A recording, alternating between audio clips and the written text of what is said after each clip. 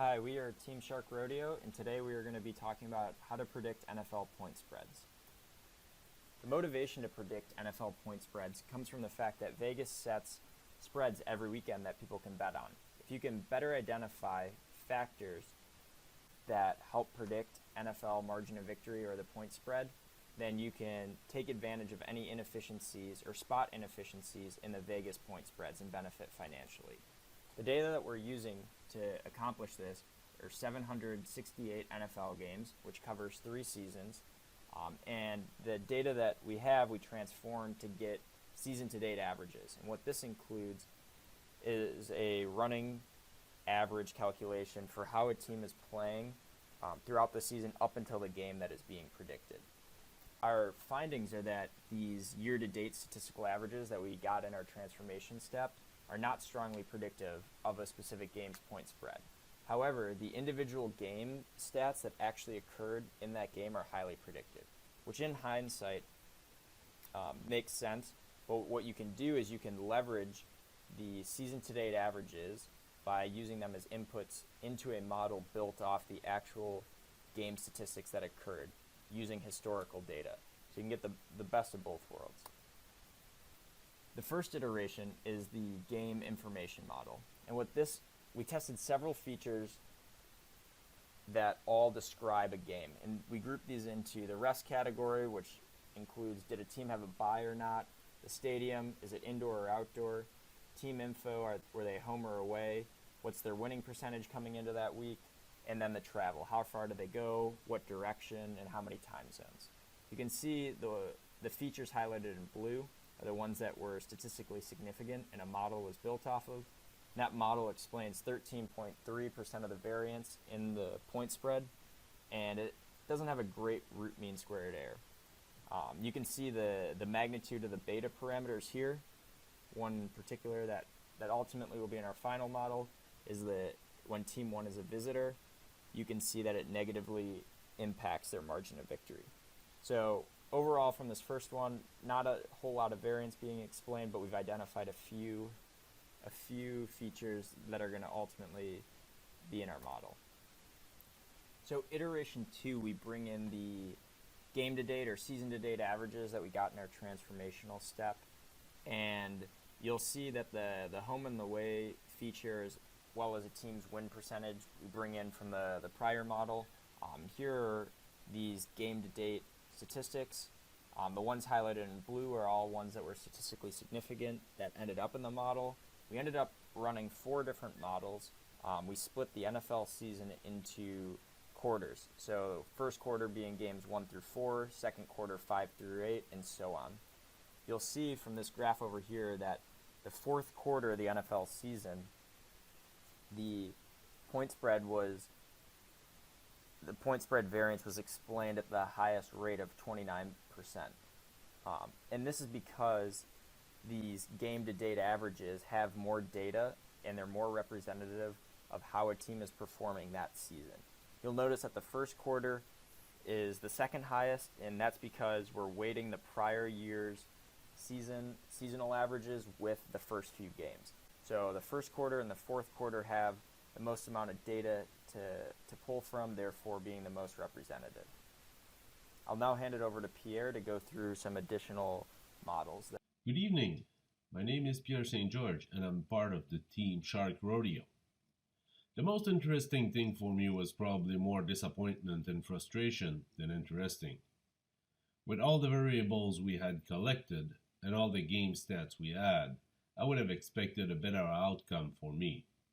But I will have something interesting at the end of the presentation, if you stick with me. Our goal and the data we've used were explained earlier by Brett. With all these variables, I've started to put together a model. With my first model, I was getting adjusted R2 in the range of 7 to 11%. Not very exciting. After some correlation analysis, I've removed many variables that didn't add much to the model and added together some of them. For example, instead of keeping rushing and passing yards individually, I added them to have total offensive yards and total defensive yards allowed. I I did the same with turnovers, where I added interceptions and fumbles. Now the model improved to 13 to 17%. This is when I decided to reorganize the data. I had two ideas. I thought that maybe teams play differently when they play home versus on the road. And secondly, maybe they also play differently against teams of their own division conference instead of against the other conference. So I recalculated some of the averages we've used for each team by home game and away games. I also broke down the 640 games used for the original model into four groups: games between teams of the same division, games played within the American Conference but not in the same division, same with the National Conference, games played between the two conferences. I've ended up with four models that I've tweaked to the best I could. At this point, I applied my four models to the 80 games of the week 13 to 17 of 2013, and then I thought of killing myself. The results were not very good, not even above 50%. After all these hours spent working at it, a monkey would do better than me, and he would probably laugh at me. Then I decided to use my model to only predict who would win and lose instead of predicting the margin of victory. Now, I got something interesting. My model for same division games predicted 80% of the winners. And now I'm laughing at the monkey. Thank you very much for listening. Now, to the winner of the crown, I pass the stage to Ben. Thanks for that great introduction, Pierre. And while he gives me most of the credit, the work that I did was actually built off an idea he mentioned in one of our group meetings. As you can see on this slide, one of the biggest challenges and what drove me to dig deeper into the data was that most of our explanatory variables looked like this, where the data set was almost circular around the origin. There was very little to discern from just looking at scatter plots of data, trying to observe any trends. And the problem that led to in our model was that no factor or combination of factors explained more than a fraction of the variance in the response variable.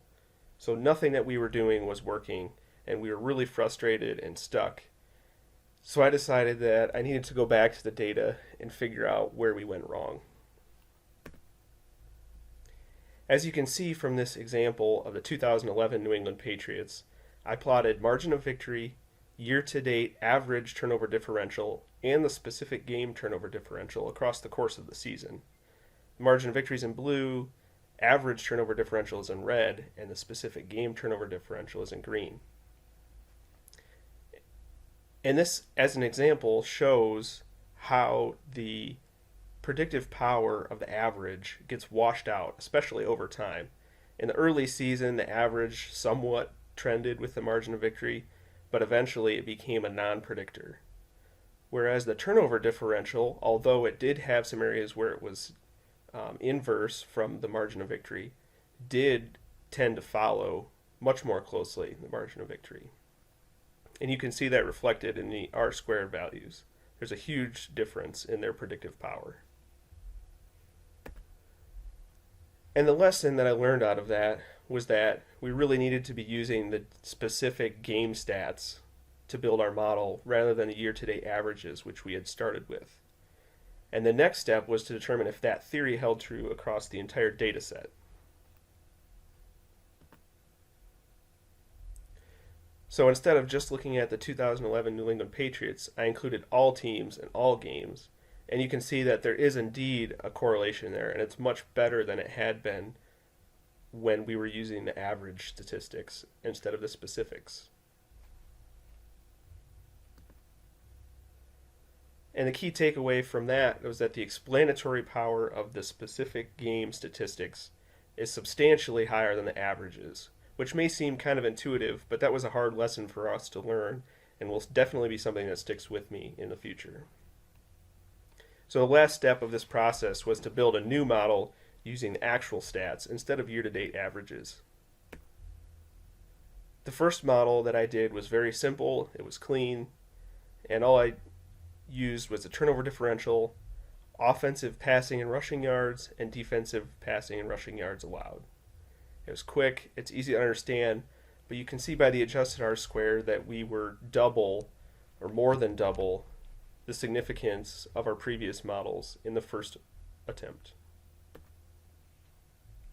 The final model where we ended up, which was built using a combination of stepwise selection, forward and backward, and then even compared with an all subsets analysis, ended up with an adjusted R-squared of almost 85.85 and 28 variables. Again, if this were the real world, you could eliminate some of those because of cost or time. And as conclusion, we can reject our null hypothesis that the margin of victory for the game was unpredictable, resulting only from chance processes, and accept an alternative hypothesis that some of the factors identified in our model do explain most of the variability in the margin of victory. What does this mean? That if you're betting based on intuition or a small spreadsheet, you're going to lose time and again against companies that have the money to fund this kind of analysis and research. And the big takeaways for our team: pay attention to the data. If it doesn't seem right, it just might be wrong. Also, don't transform variables until it becomes obvious that you need to, and question your own assumptions. Thank you all for your time and attention.